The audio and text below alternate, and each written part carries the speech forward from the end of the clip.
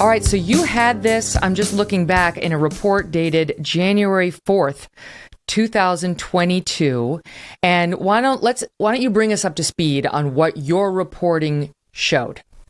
Yes, today's news is a long time coming. We posted this story back in January, on January 4th, but we actually have been working on this story and reporting it out for years.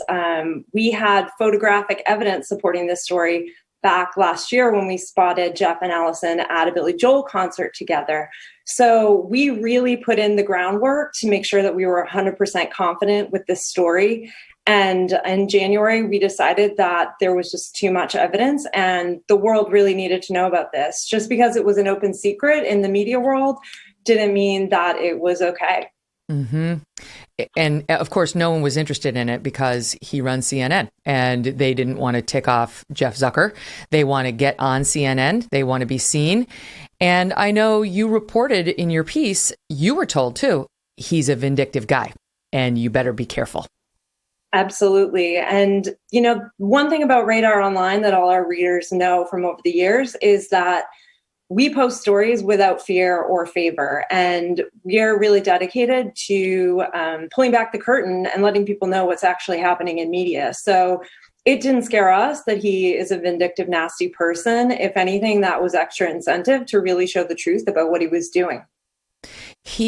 Let's talk about Allison Gollust in 1 second, because most people don't know who she is, though they know him.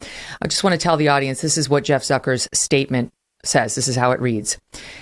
He says, as part of the investigation into Chris Cuomo's tenure at CNN, because you remember he just fired Chris Cuomo for allegedly buddying up to his brother Andrew Cuomo and team a little too closely during the Cuomo sex scandal investigation.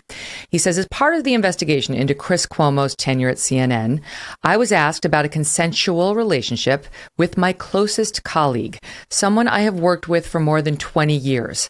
I acknowledged the relationship evolved in recent years. I was required to disclose it when it began, but I didn't. I was wrong. As a result, I am resigning today. And then he goes on about how grateful he is to everybody, and he's had such a joyful time there. With gratitude and love, Jeff Zucker. Okay, so Allison Gollust is the woman, because she's released a statement now. I mean, of course, this is the woman you reported about. She's released a statement now as follows. Jeff and I have been close friends and professional partners for over 20 years. Recently, our relationship changed during COVID. Recently, she says. I regret that we didn't disclose it at the right time. I'm incredibly proud of my time at CNN and look forward to continuing the great work we do every day. She's not yet resigned nor done anything other than release the statement so far as we know. Okay, so let's pick it back up with Allison Gollust. First of all, according to your reporting, is it true that it was only recently that their relationship changed during COVID from professional to personal? Absolutely not. And that word is just a classic piece of PR spin coming from someone who's a PR professional. She joined CNN back in 2013, and Katie Couric said in her book published last year that even that time, there were questions rumbling about their relationship. So, like I said, I think everyone who knows anything about this story knows that it's been happening for a lot longer than recent months. They've known each other for over 20 years because my understanding is she was, I don't know what her job was, young at at NBC when he was an executive there. Yes. So she was actually just like a public relations advisor, very young, very junior, like you said. And she rapidly raised through the ranks at NBC, joined CNN, eventually became the executive vice president and chief marketing officer.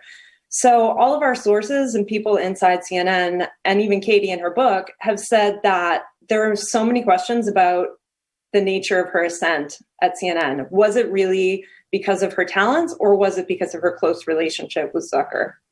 She became, as you say, an executive VP of the company. She reported directly to him. We've seen executives at other companies get turfed for consensual affairs with with underlings. McDonald's comes to mind. There have been others, I know. He admits he should have disclosed it and didn't. But the question is, when, right? Because he says, I acknowledge the relationship evolved in recent years. I was required to disclose it when it began, but I didn't. So the question is, when was that? I mean, because if they're still misleading, they need to come clean. If he began this affair a long time ago, prior to promoting her to being an executive vice president of the company, this is going to get ugly. It's going to get ugly for him, and it's going to get ugly for her and for others at CNN, because you're really not allowed to do that without disclosing that you have a personal relationship with said person. Absolutely. You said it perfectly. This is a huge mess, and we're really only seeing the beginning of what's going to become an even bigger scandal. The reality is both of them met back in 2000, before even 2010. They both divorced around the same time in 2017.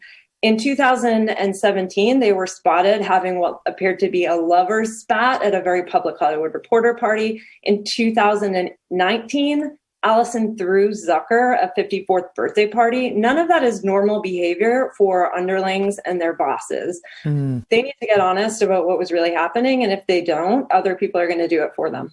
So in 2017, that's when Jeff Zucker divorced his wife, and she divorced her husband too. Allison Gollust divorced her husband. Yes. Yeah. It was just about 12 months that separated the two of them. And perhaps that was coincidence, but with everything else surrounding it as context, it's hard to believe that. Well, and I don't know whether their divorce records are sealed, but normally, that would be reflected in some way in the divorce records. I know just anecdotally that he's got a good relationship with his ex-wife. I don't know about her situation with her ex-husband. And normally we wouldn't be discussing, an affair. People have affairs, whatever. They fall in love, they fall out of love. But this has an important second layer because he was her boss.